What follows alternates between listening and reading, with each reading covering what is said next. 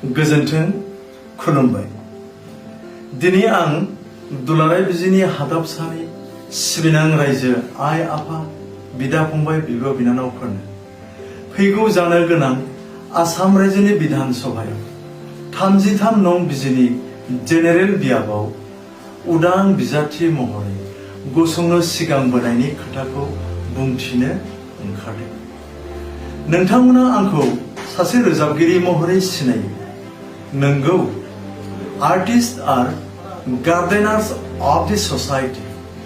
मोनसे समाजा आबुङै थांनो आरो जौगानोब्ला रोंगौदामसाफोरनि जोबोद गोनांथि दं।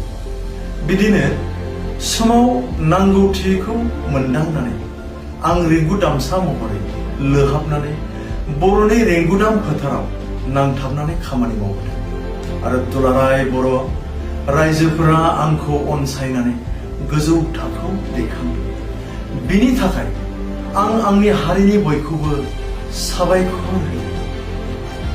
आं जेब्ला गोब्राब लोमजानानै दं, अब्ला आंखौ आंनि लोगोफोर आरो रायजो राजाफोरा रां मदद होनानै फोथांनानै दोनो। बिनि थाखाय रायजोफोरनि खाथियाव आं अराय खर' होयो।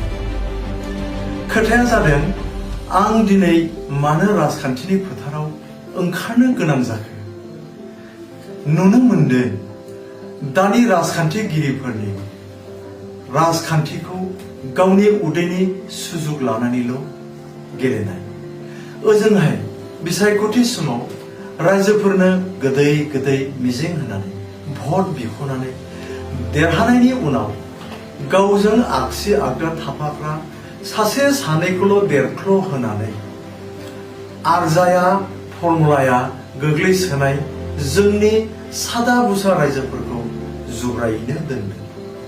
जाहोनाव राजखान्थिखौ लानानै जोंनि हारिया गावस्रा गावस्रि जादों। बेनिखायनो आं बे खेबाव बिजिनि हादाबसानि खौसेथि, लोगोसे सोलोंथाइ, देहा फाहामसालि, आबाद, हान्थामेला, रांखान्थि, राव थुनलाइ हारिमु आरो समाजखान्थि आरो दानि जाखांबोनाय लाइमोनफोरखौ लानानै मोजां लामाजों दैदेननो आरो बिसिनि जिउ जौगाथिनि खामानि मावनो गोसो दुंनानै ओंखारबोबाय।